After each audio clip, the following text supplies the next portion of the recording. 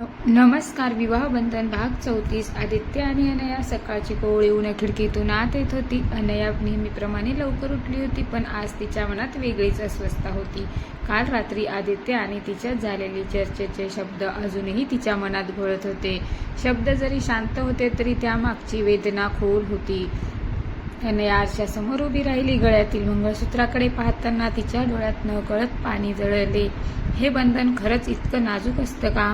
तिने स्वतःलाच प्रश्न केला. दुसरीकडे आदित्य बाल्कनीत उभा राहून खाली रस्त्याकडे पाहत होता. हातात कॉफीचा मग होता, पण मन मात्र पूर्णपणे अस्थिर.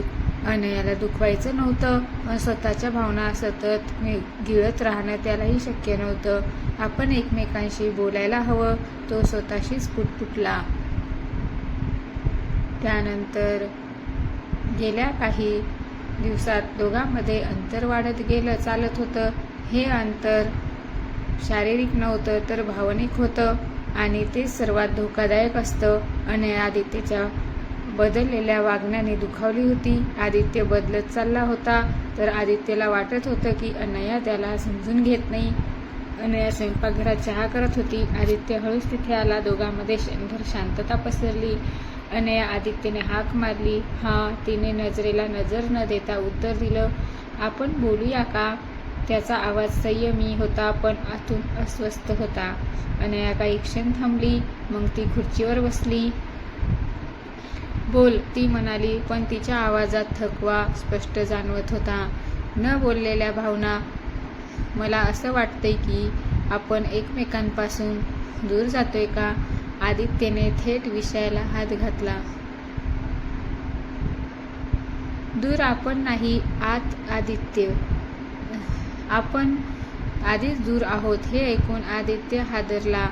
तुला असं का वाटतं? कारण तू सगळं मनात ठेवतोस. तुला काही त्रास असेल तर तू बोलत नाहीस, आणि मग मी चुकीची ठरते. तिचा आवाज थरथरला. आदित्यने मान खाली घातली. मला तुला दुखवायचं नसतं, पण कधी कधी जबाबदाऱ्याचं ओझं, ऑफिस, घर, आईबाबांच्या अपेक्षा, सगळं एकाच वेळी येतं. आणि मी अनयाने विचारलं, मी तुझी बायको नाही का? ह्या सगळ्यात माझं स्थान कुठे आहे? हा प्रश्न आदित्यच्या मनात खोलवर रुतून बसला. आदित्यला त्याच्या लग्नाच्या पहिल्या दिवसाची आठवण झाली. अनयाचं ते हसणं, तिचा विश्वास, तिची निरागस अपेक्षा. मी कुठे कमी पडलो? त्याने स्वतःलाच विचारलं. आणि अनया, मी चुकीचा वागलो का असेल तर मला माफ कर, तो म्हणाला. पण मला तू हवी आहेस. तुझ्याशिवाय हे नातं अपूर्ण आहे. तुझ्याशिवाय जगणं पण अपूर्ण आहे. अनयाच्या डोळ्यातून अश्रू ओघळले. माफीपेक्षा मला तुझा वेळ हवा आहे. तुझं मन मला समजून घ्यायचं आहे. तेवढ्यात आदित्यची आई आली.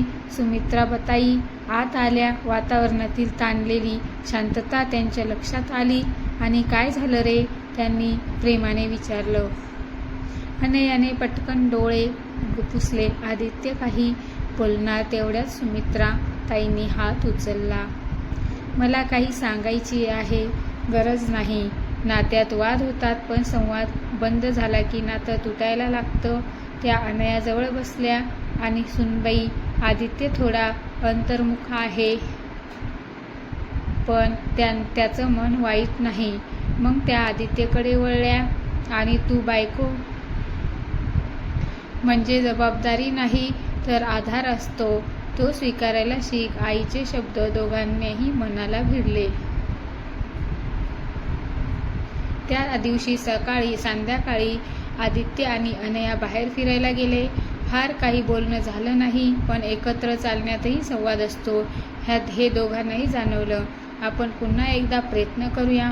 आदित्यने विचारलं. अनयाने त्याचा हात घट्ट धरला. प्रयत्न नाही आदित्य, आपण हे नातं जगूया.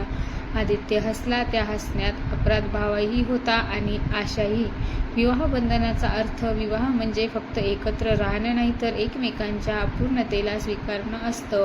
आदित्य आणि अनयाला आज ते समजलं होतं. प्रश्न संपले नव्हते, अडचणी संपल्या नव्हत्या, पण एकमेकांच्या सोबत त्या पार करण्याची तयारी दोघांनी केली होती. रात्री झोपताना अनया शांत होती. आदित्यने तिच्या कपाळावर हलकेसे चुंबन दिलं. आज बरं वाटतंय, अनया म्हणाली, कारण आज आपण खरंच एकत्र आहोत. आदित्य उतरला. खिडकीबाहेर चंद्र उजळून निघाला होता. त्या प्रकाशात त्याच्या नात्यालाही नवी दिशा मिळत होती.